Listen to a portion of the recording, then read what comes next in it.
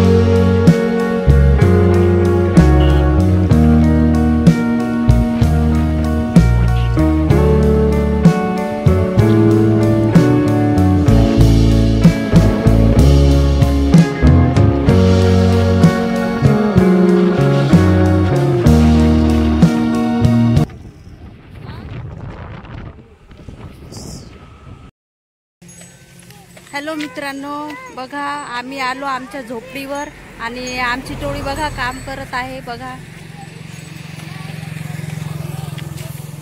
बघा आणि आज आम्ही सुट्टीवर आहोत.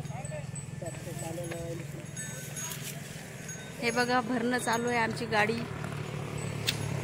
आणि आम्ही सुट्टीवर. आणि आमच्या झोपड्या दाखवू का? आमच्या झोपड्या दाखवतो तुम्हाला. ते बघा, ते झोपड्या. चला फटाफट.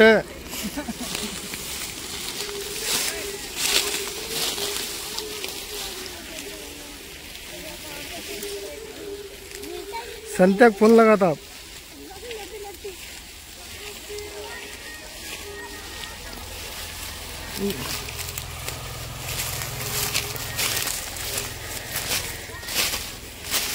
हाँ ये देख,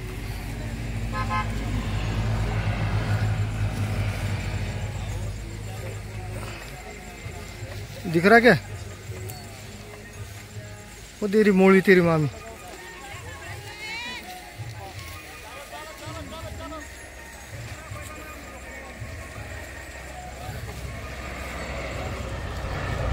झूला लगा के